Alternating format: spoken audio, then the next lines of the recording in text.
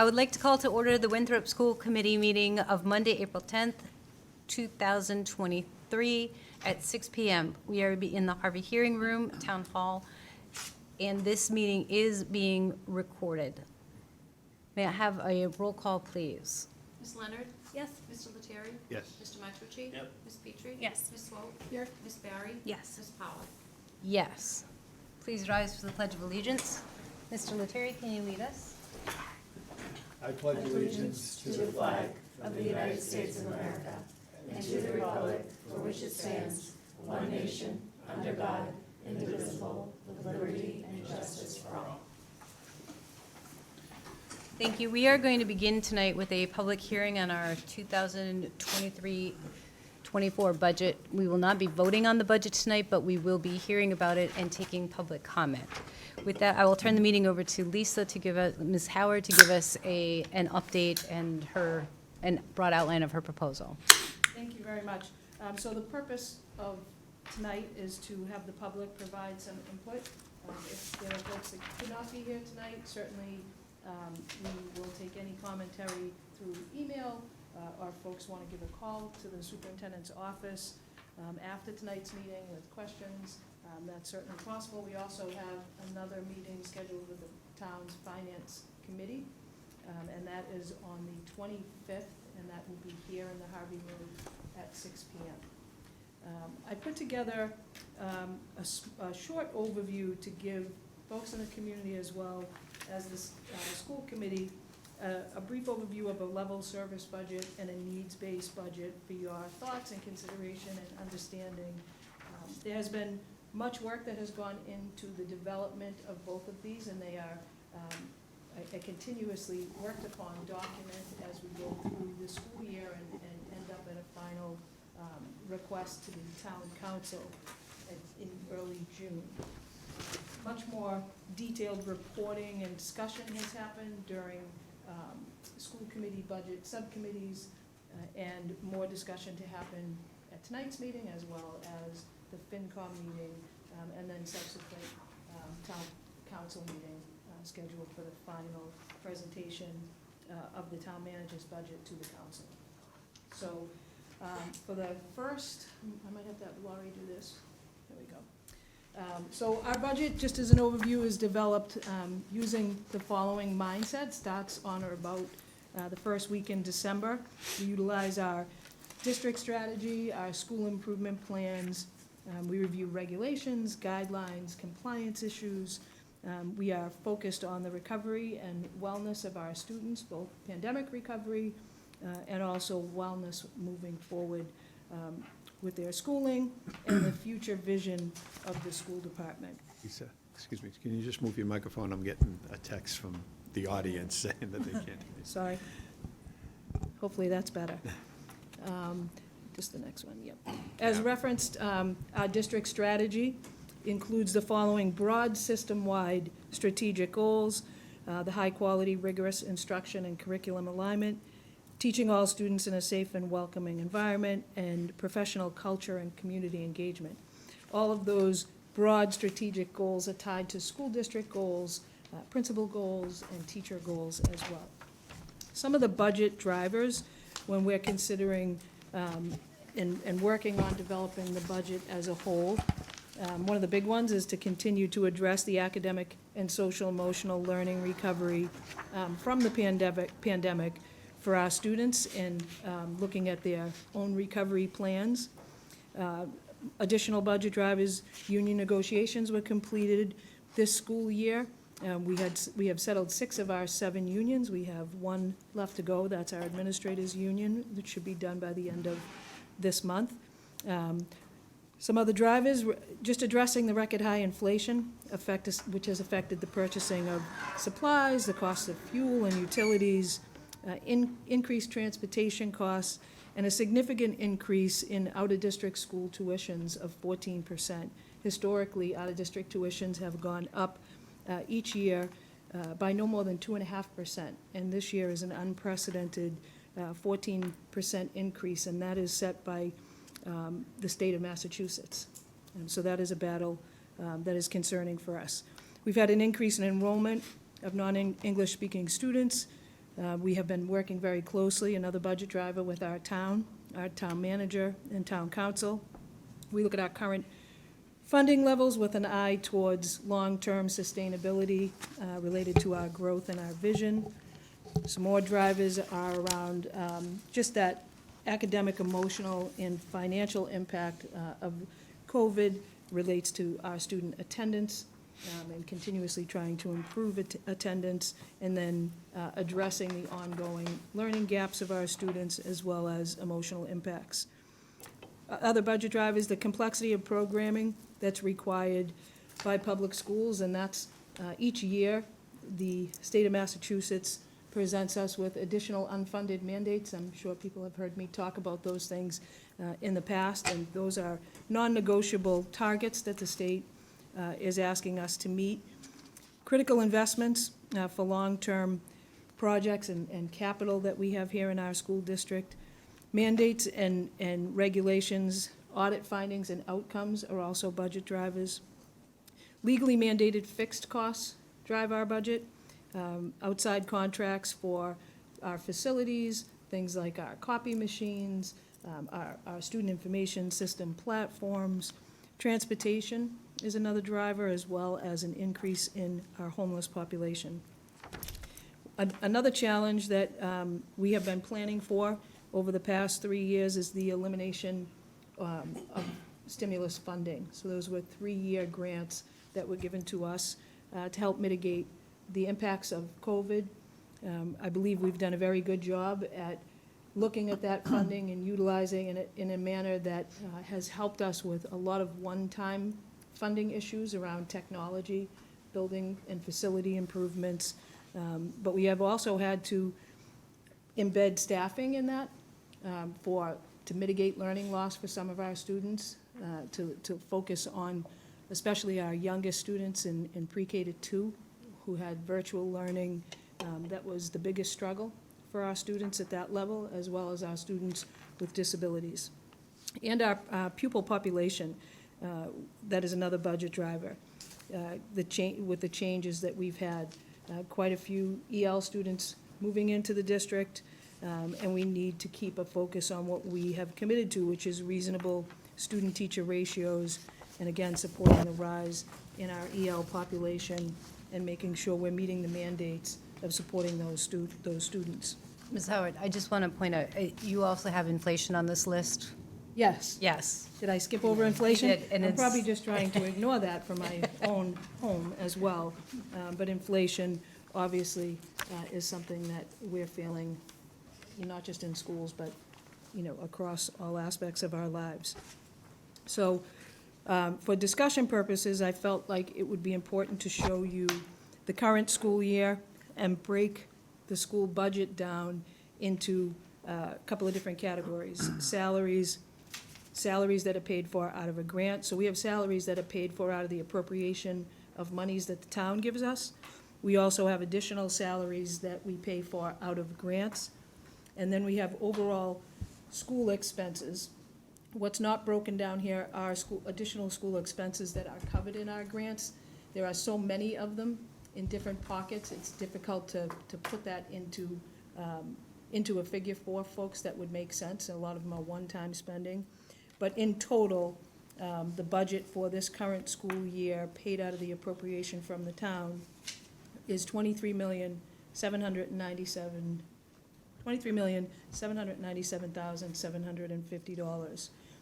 When we talk about next school year and opening the school at with a level service, and a level service by definition is everything that we have this current school year, plus anything that we know we have to have based on a mandate. And mandates come in the form of special education mandates, ELL mandates, that are all tied to regulations in special education and English language learners.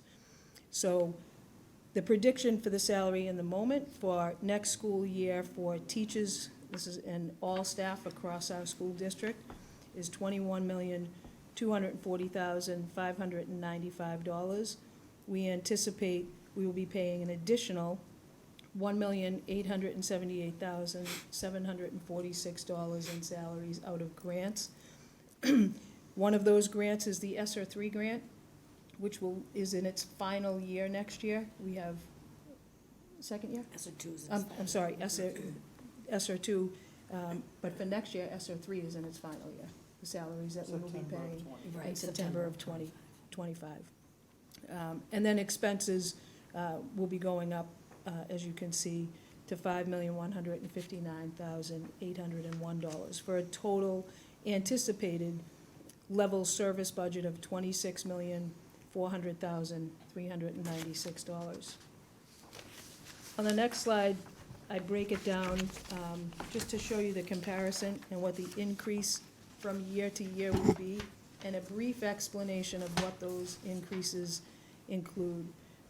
As you know, as everybody knows, across the board, the 7 unions are moving into a new 3-year contract, and with any new contracts, there's contractual increases.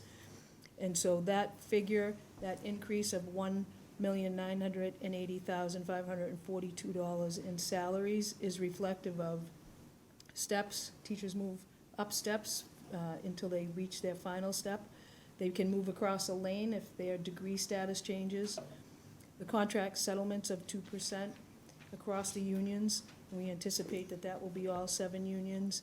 And then mandated special education positions for next school year to manage the students' population that we have for a cost of $732,000 and change, equals that increase of $1.9 million.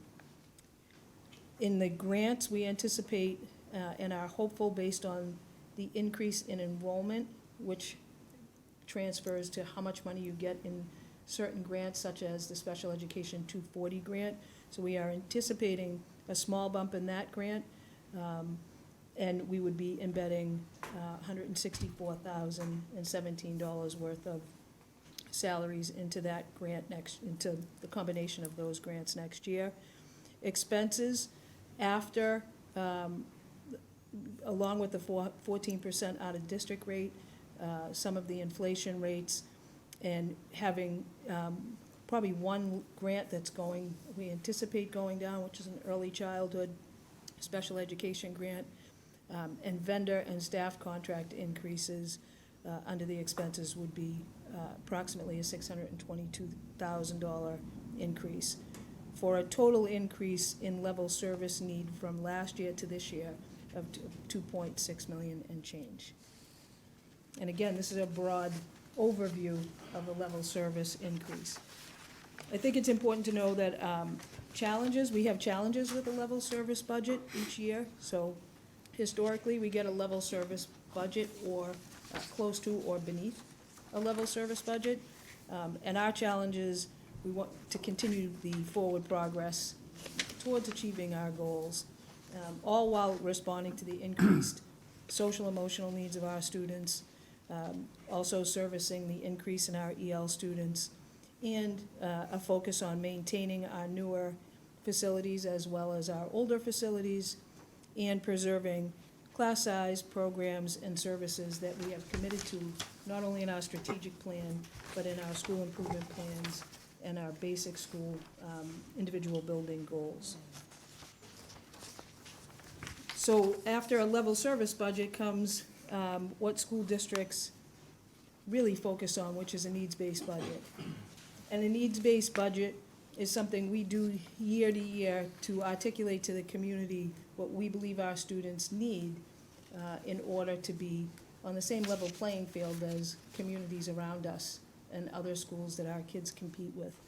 And similar to the level service, I have broken it down, and I don't need to read completely through it for you, but you can see that the difference in salaries from this year to next year would go from $19,260,000 to $22,022,000. Again, the grant salaries, we're anticipating a bit of a bump in the special education grants. The expenses would go from $4,537,697 to $5,413,037 for a total anticipated needs-based budget of $27,435,671. giving you an explanation for some of those increases. The increases are the level service budget, which is inclusive of the mandated special ed needs, so I think that's important to remember.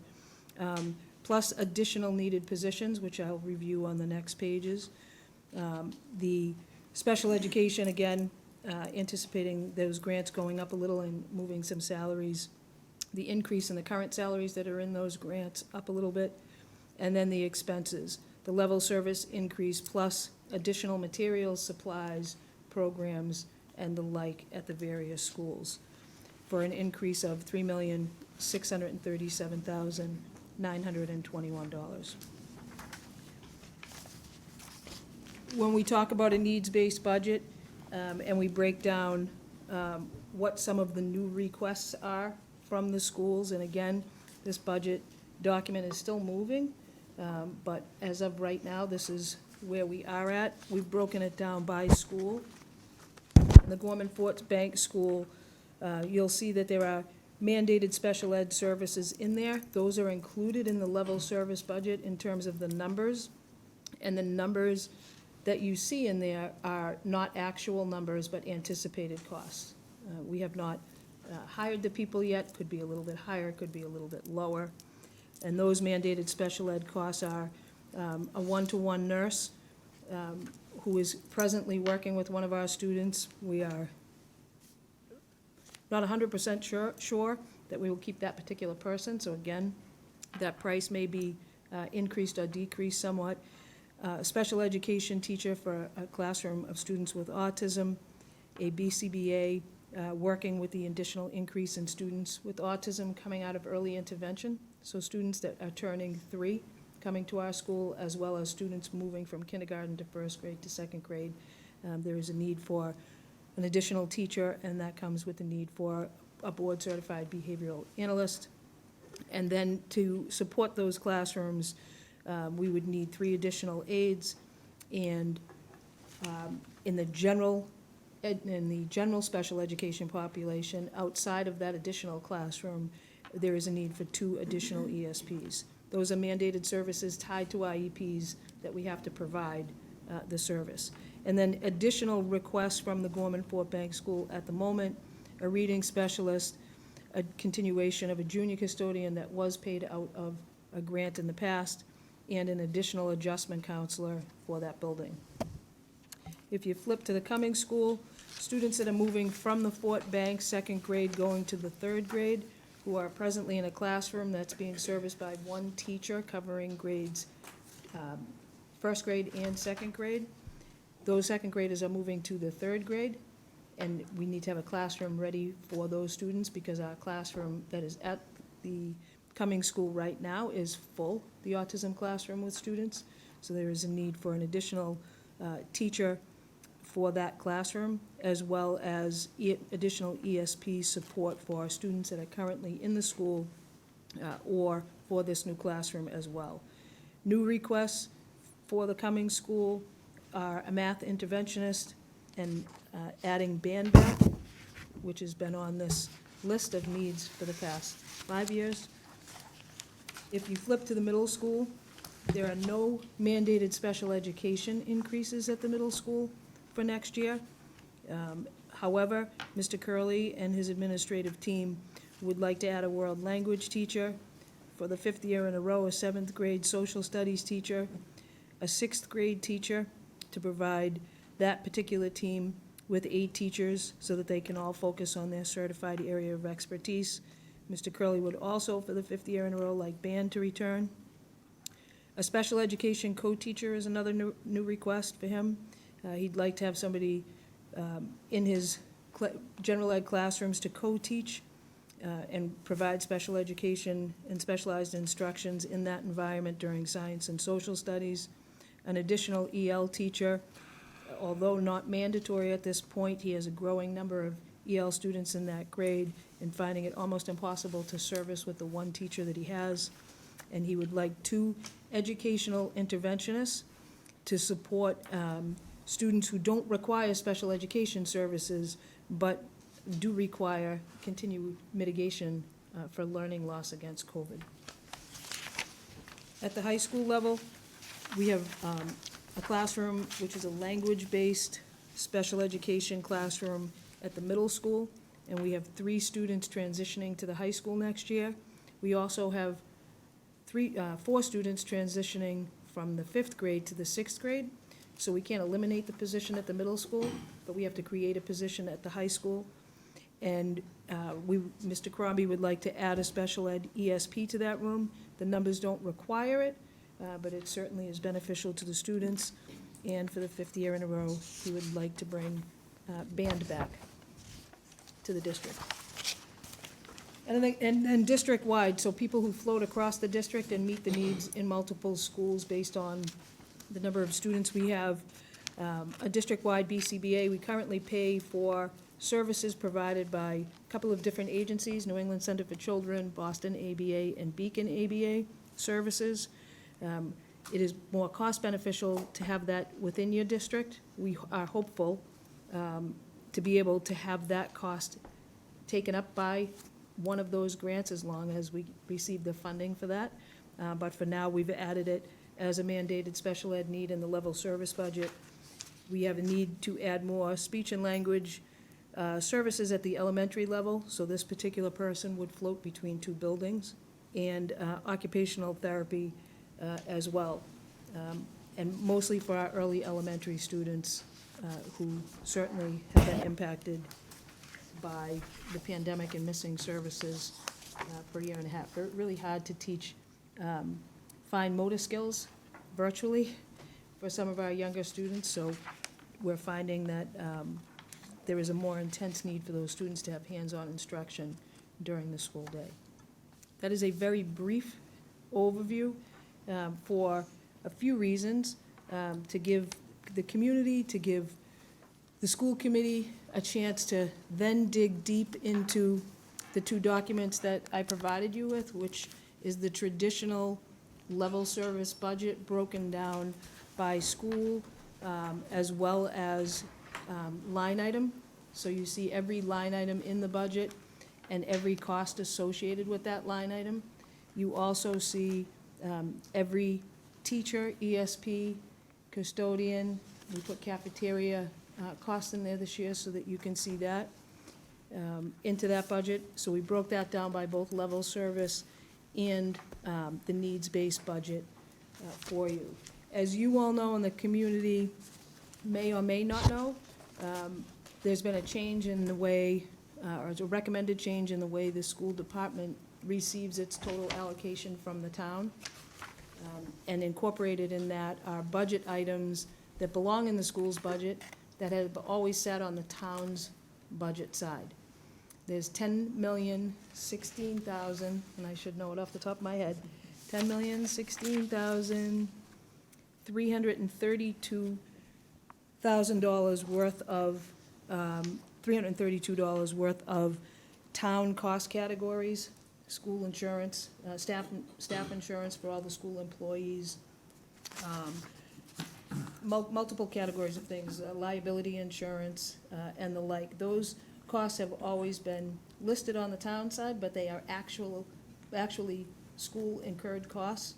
So the town is shifting those categories to the school department, and they're shifting an allocation of funds that they anticipate will cover those in year 1. So as we get deeper into the budget and for next school committee's presentation, I certainly will, and we have done this during our budget subcommittee meetings, we'll share the offset of those numbers for the total funding expected from the town. It gets confusing if you take it and present it with the level service budget and the needs-based budget at once to the community. I believe it's confusing. If it's confusing to me, and I do it every day, it certainly would throw, I think, the town off when they see the total allocation of funding that we're looking for. So this funding that I talked about tonight is the school's general budget minus the new expenses coming from the town. Because the new expenses coming from the town are coming with a figure to cover those expenses. So we'll get more into detail about that at the next meeting. But having this information in short pockets from the budget subcommittee meetings to this particular school committee meeting then to the finance subcommittee, and then to the town council, should put it together in a manner that's manageable for people to understand. Thank you. I know that's a lot. Thank you. Questions from the committee, Ms. Swope? And thank you. Just want to make sure that I understand that everything that is included, that is under mandated, is in the level service budget. Correct. That's right. Oh, so it's red and red, that's what I thought. Correct. And so, and then the needs-based budget Right. shows all of the, Plus, this year's budget, plus the increases, plus the new mandates, plus the things that that principals, administration, and all the people that have done the work on this budget Wow. are asking for as a needs-based budget. Any other questions from the committee? Yes, Mr. Lettieri. First of all, thank you, your whole team, Noel. It's an incredible amount of work, and I think people don't understand sometimes how intricate this stuff is. And I think, 95% of this, or probably higher, it is what it is. But it's just educating the public as to how, to see some of these numbers, because they're mind-staggering, some of them. It's just, but it is, it's not, they're not made-up numbers, they're actual numbers. And to see a shift this year into how the town's going to be budgeting, basically a pot of 60% goes to the schools, 40% goes to the towns, but the schools in some of those categories would even include debt service on the building. So it's like any possible category is accounted for. A lot of them are fixed expenses, but a lot of them are still moving targets, like health insurance and such. So it just puts another layer on your duties. And I look at a couple of things, and I could understand some of them, but I think some people look and say, people look and say, oh, the superintendent and the employees work together incredibly well to come up with a new contract that's, I think fair for both sides. And people look and they say, oh, everybody got a 2% raise, yet the salary line's up 11%. And don't understand the steps, the lanes, and the mandated positions that are added in there. So I think it's important to educate on that. I look, one thing that somewhat concerns me here is I look at the needs request from the Gorman, and I know in November, I know Ms. Swope and myself asked about math interventionists, and we're told that, we can't go forward we can't move the bar forward or higher without a math interventionist, and I don't see one here. And we were told that in a new budget, that would be number one on my wish list, and it didn't even make the top 3, so. Yeah, so I would like the opportunity to go back and speak with Ms. Pearson, and also go back and look at what has been submitted. So if you see this binder right here that is extremely thick, I invite anyone to come in and take a look at what I call the PreGame, which is all the work that goes into coming up with these final figures for the proposed budget. And I know that we have earmarked, and this is some of the behind-the-scenes things that it's difficult for the public to understand and difficult even for the school committee to understand. They may have been moved to one of our grants as a priority, so you may not see that reflected, especially if it's in the ESSER grant. It should be listed in there. If it's not, and it may be a misstep on my part for not having included it, but I'd like to get some more explanation, because I do remember that as being a major priority. What I can tell you is we are, at our last discussion when we were talking about curriculum, we were talking about the math program that we use and have found to be, quite impressive, both at the Cumming School as well as piloted this year at the middle school. There was some hesitation about whether or not we were going to move forward with that program next year. Hesitation because we have a new principal coming in, hesitation because they wanted more time to look at it. We may be, based on the last couple of months of work and discussion with our own teams internally, moving that forward faster and implementing it next year. We'll be having that discussion with Mark McEnany, who is the new principal appointed as of July 1st. But I do want to go back and speak with Ms. Pearson Again, I talked at the beginning that this budget is evolving. Things change every single day. When the grants come out, we may be having another conversation if the grants, the entitlement grants that we have come in far less than they were expected, because that may have to have us go back to the table and do more work if those grants come in less. But I will find out more information on that, because it does ring a bell with me as well, and it could just be a mere oversight.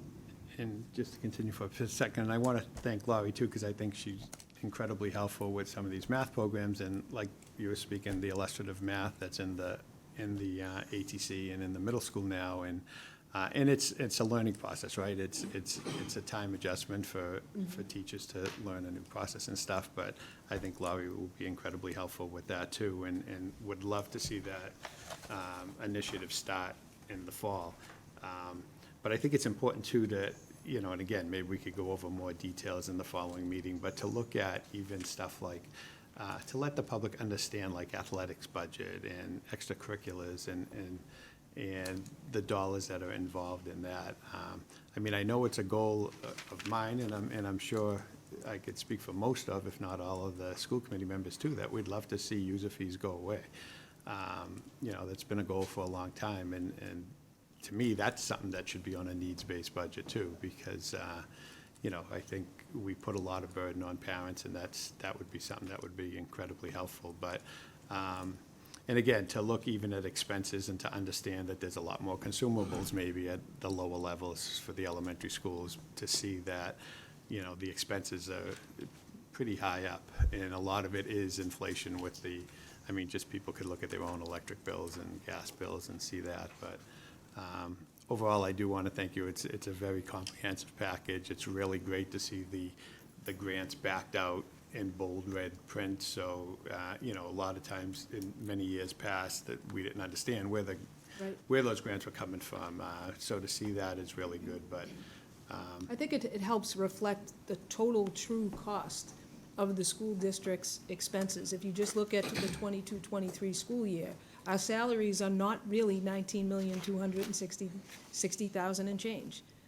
Our school salaries are, overall, anybody who's employed here, the $19,260,053 plus $1.7 million worth of salaries charged to grants.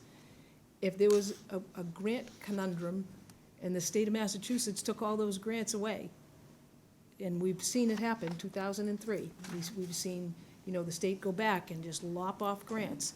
If that money were to go away, that's $1.7 million worth of staff that we no longer have and cannot pay for. I mean, that's huge. And when and those are not just special ed grants, that's the ESSER 2 grant, those are tied to ESSER 3 grants, Title 1, 2, and 3. I mean, we have, most of our grants are 80% plus salary. Or higher, maybe even now. And that is critical. The other thing that's critical that I didn't mention, the pandemic and all the COVID funding, we've gotten some wonderful things out of that. Free school lunch across the school district. If you look at the budget that I shared with the subcommittee and sent to the school committee, was supposed to be a condensed version of those 54-page budgets you have in front of you, that we condensed it. I just made the font smaller and broke them out into line items. School lunch appropriation, which you've never seen before, is also listed on that. And as of right now, school lunch is free for students, which means our state reimbursements, the more lunches kids take, the more money we receive back from the state in terms of school lunch that pays for all of the school lunch staff that we have, as well as Aramark, which is our school lunch program. It pays for that, pays for the food. If we go back to having to have kids pay for school lunch, we are gonna have to come up with the offset for that funding. Because right now, participation is up really high. Because when school lunch is free, more kids take school lunch. They're more inclined to come up and get a meal, and then we get reimbursed for the cost of those meals. If the state of Massachusetts decides that not all students are eligible, and it's only our free and reduced lunch students that are eligible, we will incur a pretty significant cost in the next school year. We are hopeful that it's gonna stay this way for a while, but again, it's just like a grant. If it goes away, and you have to pay for it, you have to anticipate that. So, Thank you. Any other questions?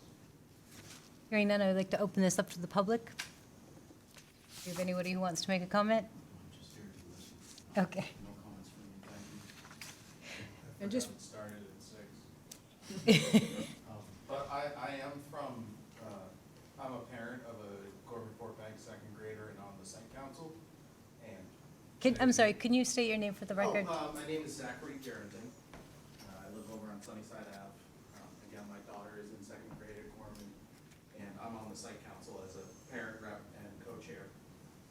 And we did, actually, today we had a meeting today, and we were talking about items for our school improvement plan, which did include the math intervention specialist.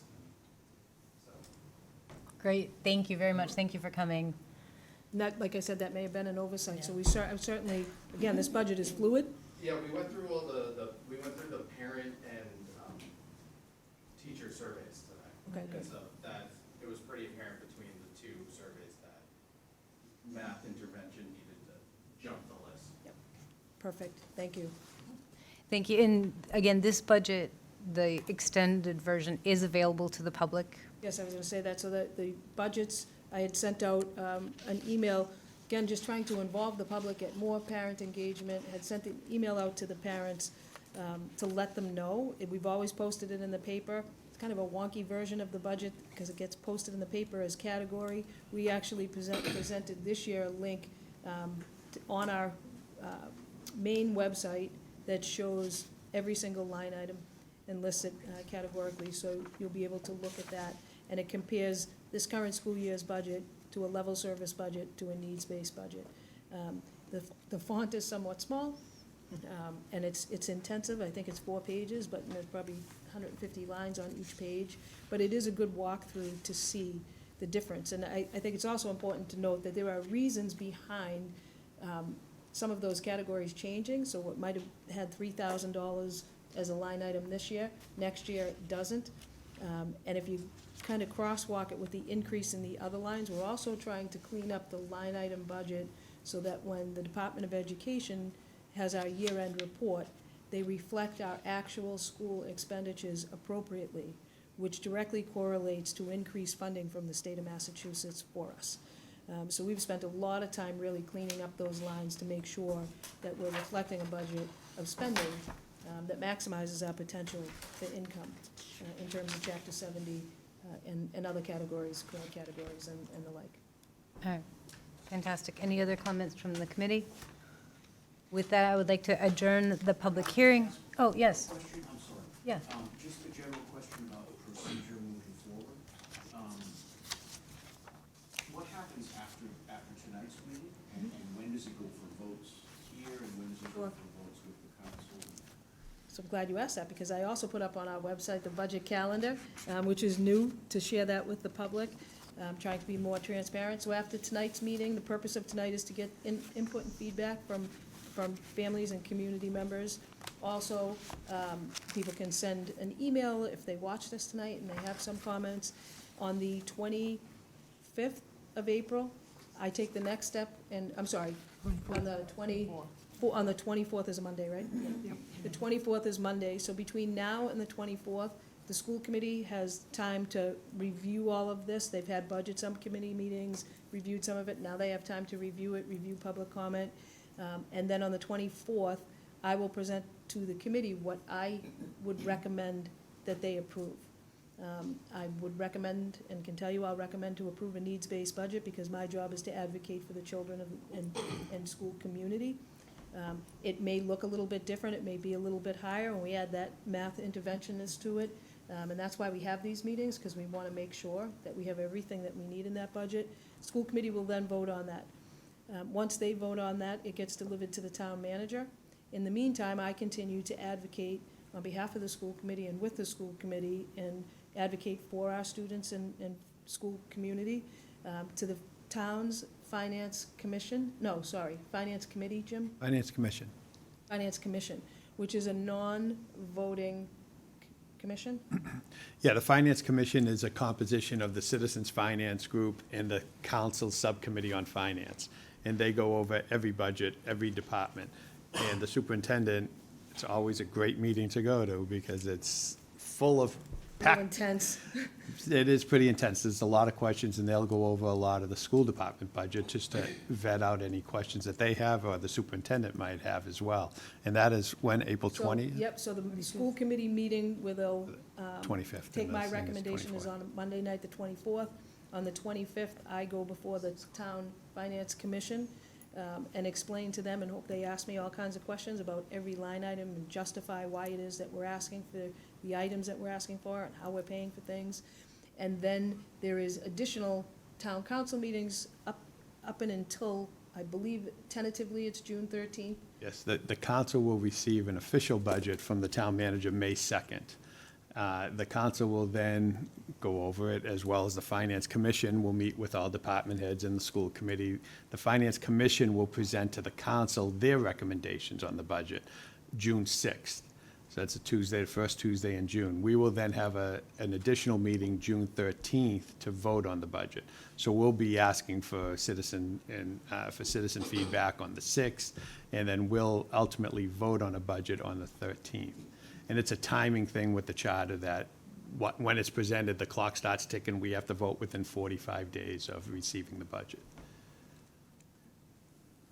If that makes sense. And in the meantime, we continue to work on what it is, just based on knowledge of what we anticipate the town is going to be able to fund us, because we also have timelines. We have contractual timelines with teachers in terms of if we're not gonna get a full level service budget, do we have to start to make cuts? And if we do, where are those cuts gonna be? So all that work continues to go on. And we have multiple big sticky notes up on the wall in my office, kind of planning it out for when the bell goes off. And then once that bell goes off, we have to start moving, because July 1st, we start that new budget. So it's like a year-long process of anxiety and stress. But it's been some good work, and I can't thank enough.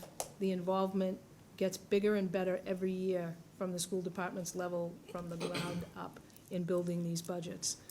It is a lot of work for principals, administrators, teachers, custodial staff, special education department. They are charged with demanding amounts of information and justification of why it is that they're asking for what they're asking, or keeping what it is that they have. And everything has to be tied to the strategy, to the school improvement plans, to the school's goals, to the principal's goals. All of that defines and justifies the budgetary dollars that we're spending. This has probably been the most transparent year. We've worked hard to reflect every body and every purchase in the school's budget so that people can see what the true expenditures of the school department are. And then line that up with the money that we have from the state of Massachusetts, and help understand, when we are struggling somewhere, why is it that we're struggling? Thank you very much, Ms. Howard. I would like to adjourn the public hearing and open up our regular meeting. May I have a roll call, please? A motion to close? Do I need a motion to adjourn? Isn't the public hearing part of your meeting? The public hearing is part of your meeting. Yeah, we just adjourn that and go into the regular, but I do need a new roll call. You can just close. Ms. Leonard? Do you need a roll call to close the meeting? The public If it hearing? was an executive session, not, you just, Don't need a roll call to close the public hearing, but thank you, Brad. Okay. You did? Well, we do things that are open. no, No, because the I've meeting's opened. open, the meeting's, It's still open. It's still an open meeting, yeah. It says on my, know. my instructions that I was supposed to roll. Okay, so any public comment? General public comment on the schools? Hearing none. We have a delegate tonight, a visitor tonight. We have Ms. Lori Gallivan, who our Assistant Superintendent of Schools and the Executive Director of Curriculum, and you're going to be talking about instruction and accountability.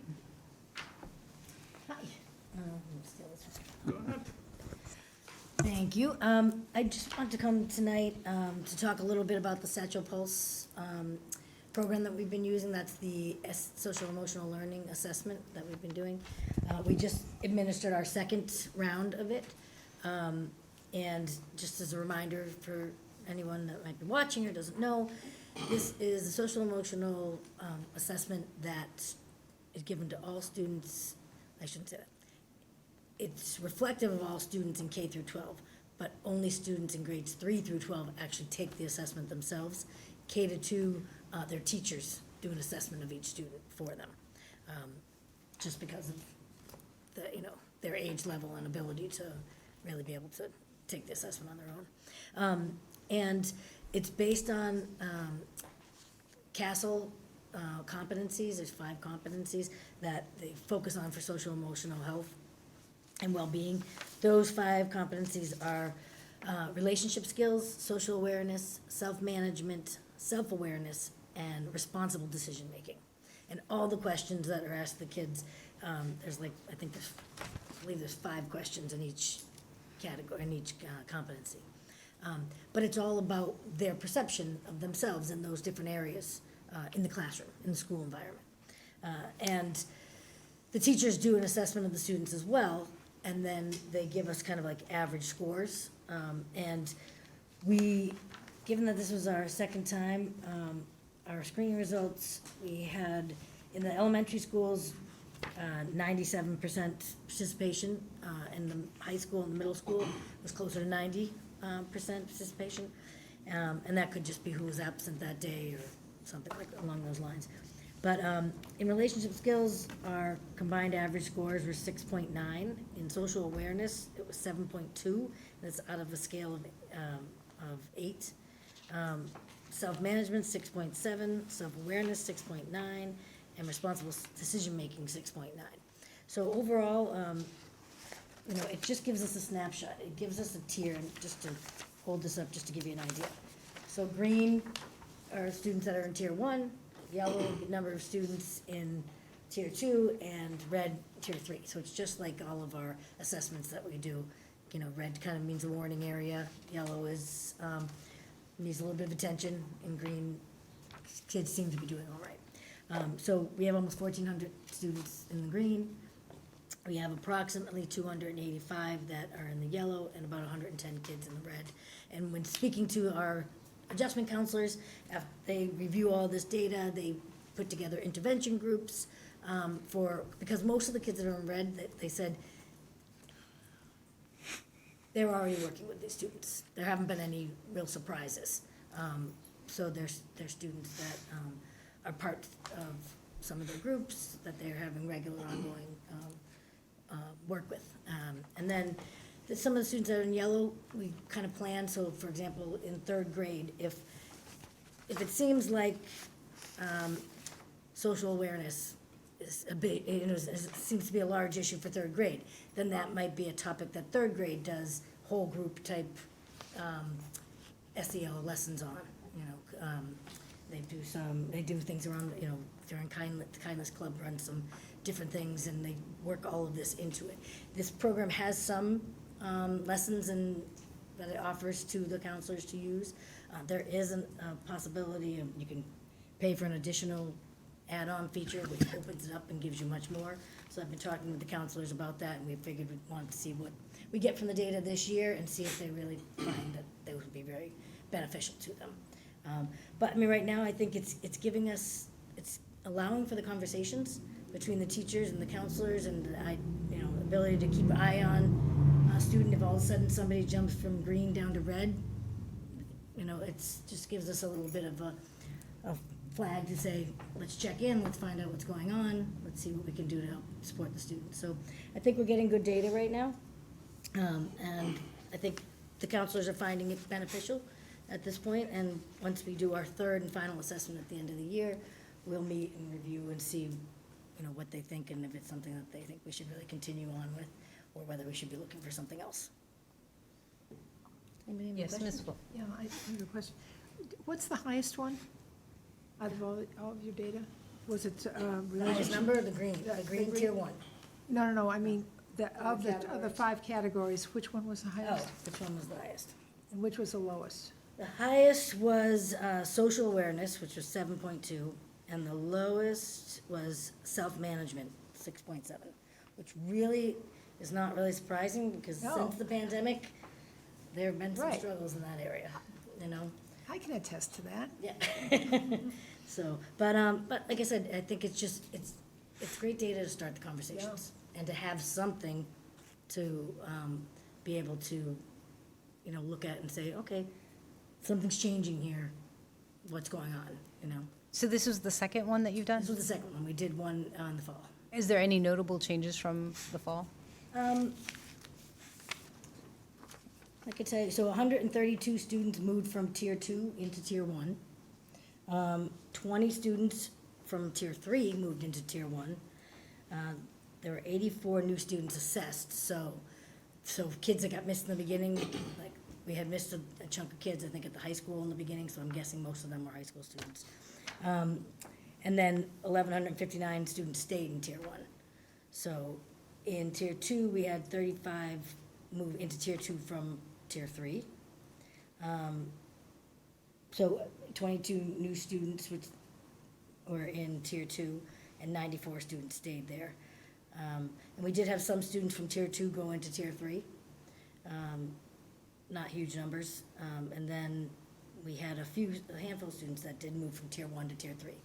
And those are the ones that really, you know, it gives the opportunity for the counselors to really kind of Having that jump data in, to right. see and to notice that it's not, you know, it's not just one kid, it's a handful of kids. Mm-hmm. And then if you have the data, it might be one kid in one class, one student in another class, 3 students in this class. When you can pull it together and you can come up with, okay, what's going on with this particular group of kids? And you have the data to support it, as opposed to individual teachers knowing something's going on with a student here, and maybe 3 students here. You now have that information that you're reviewing as data to say, there is a group of students, and the communication is happening to be able to address those, whatever the issue may be, or whatever the concern may be. And then you can use the SEL lessons when you do have a bump of kids that are struggling in this particular category, without waiting until they all end up in tier 3. So more work to be done with it, and more research to be done to see how effective it is. We're just starting it. Yeah. Yes, Ms. Can I Wall. ask one more question? When we talk about self-management, can you give me some examples of the questions that the kids were asked about that? Do you recall them or not? I don't want to misspeak, but, like, they ask things about, like, when they participate in, like, partner or group work, do they, I think one of the questions is something along the lines of, do they feel heard, like, by their peers, or everything is asking them basically, like, do you think that you are, you know, you work well with others in a group, or do you work better on your own? Like, how kids see themselves in that respect. Yeah, But I can get you some samples. Yeah, I sent out a think few it's kind of samples to some interesting parents because that asked. I was just thinking about self-management. I mean, are you on time? Do you get to school on time? Yeah, I mean, is I that don't your think it asks that responsibility? kind of question, but it does ask things about your time management. Do you feel like you can budget your time well? Yeah, You know, okay. for some of the older kids, that kind of thing. But I'd it love to doesn't see ask, some. it doesn't ask anything specific to, like, an individual, like, about your attendance or anything like that. There's nothing I'd along love to those see lines. some of those. I think that's fascinating, and I Yeah. do think you're absolutely right. It's great to see, because if that can identify a student who's running into trouble that you wouldn't know about. Well, I think You know? what, like Lisa just said, it's also something where, you know, you've got one student in one class, and another student in another class, especially, you know, maybe at middle school, maybe there's a group dynamic issue, and all of a sudden, we put it together, oh, it's this group of kids, what's going on with them? So it gives the counselors, you know, a kind of a jumping off point for conversation and to work on. An opportunity to intervene. Yeah. Right. But I will send you all like a sample of a couple questions from each of the competencies. Any other questions? Yes. Are you looking at the data by grade band? Yeah, we can look at it by school, by grade band, by, I'm I'd be trying to think. curious if you noticed any trends. I mean, I know that Ms. Howard was mentioning some of those grades of students in particular that we're noticing in schools that have had more challenges just in general with their access to the curriculum, the K0, the preschool to up to grade 2 students. I'd be curious to see if those students, now that they've had more full-time exposure in school, if they're the ones that might be more likely to go from tier 3 or 2 to titrate back down, Yeah, just I with mean, exposure. And I can, definitely get that information, because Ally's been doing a lot of work, the adjustment counselor at the Fort Banks with the other counselors, and looking at all of this data to find out what she's finding in that respect. Cool. Thank you very much. Appreciate the welcome. update. Thank And when will the next one happen? I think the window is, it's after all the MCAS, I think it's right, either the last week of May, first week of June, somewhere right around there. Okay, great, thank you. May I have a motion to approve the minutes of March 27th, 2023? Motion. Motion by Ms. Petrie, second by Ms. Leonard. All those in favor? Aye. Abstentions? Me. Opposed? I abstain. Ayes have it. Motion carries. May I have a motion to approve warrant SVW 23-17 in the amount of $230,648.17? Second. Motion by Mr. Lettieri, second by Ms. Leonard, I'm sorry, Ms. Swope. All those in favor? Aye. Abstain? Oppose? Ayes have it, motion carries. May I have a motion for payroll warrant SPW 23-19A in the amount of $2,117.70? Motion. Second. Motion by Ms. Berry, second by Ms. Petrie. All those in favor? Aye. Aye. Opposed? Abstentions? Abstain. Ayes have it. Motion carries. May I have a motion for payroll warrant SPW 23-20 in the amount of $847,473.12? Motion. Second. Motion by Ms. Berry, second by Ms. Petrie. All those in favor? Aye. Abstentions? Abstain. Any opposed? Hearing none. Ayes have it. Motion carries. We have no budget transfers tonight. We have no buildings and ground requests. We have a subcommittee report on the budget. I'm not sure, do you have anything that you want to add after? No, we're going to do it next meeting. Okay. We're going to have the vote. We'll And you'll have give a a report. report, and then we'll have a vote, yeah. Okay, fantastic. Superintendent's report. Yes, so I've gone over some of this already. Budget planning, April 24th will be the school committee vote on the superintendent's proposed budget. The 25th will be the FinCom presentation at 6 o'clock here in the Harvey hearing room. And then June 13th, there'll be the subsequent town manager budget recommendation to the town council.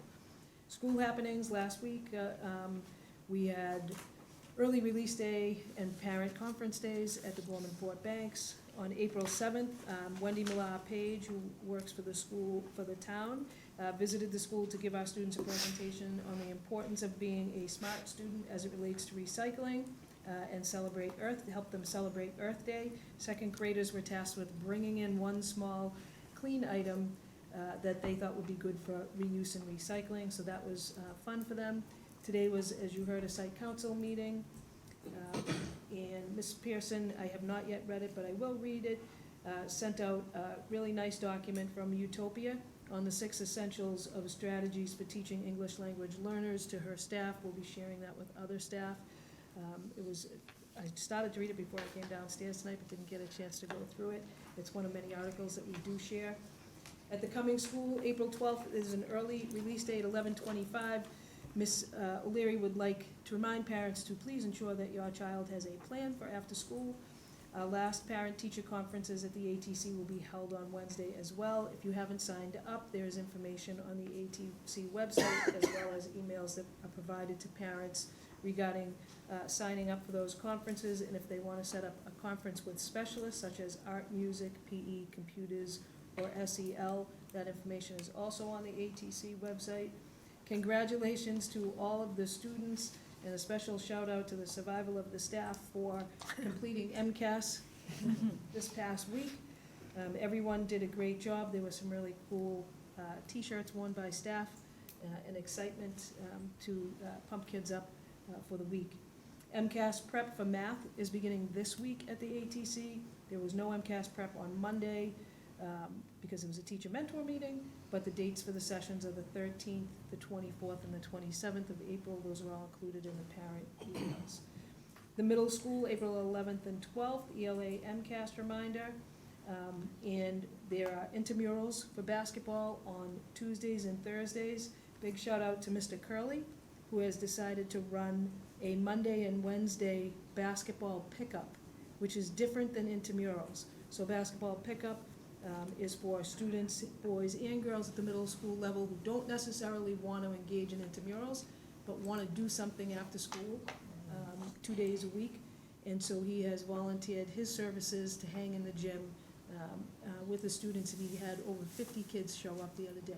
That's So he was super pumped about that, and the students seemed relaxed, and they were engaging with each other and just kind of having fun and playing basketball a little less structured, but it was some place for the students to go. We continue to try to work with keeping students engaged after school and keeping them out of the Winthrop Marketplace and 7-Eleven CVS. and all the other, and all the other areas that they're finding things to do that they shouldn't be.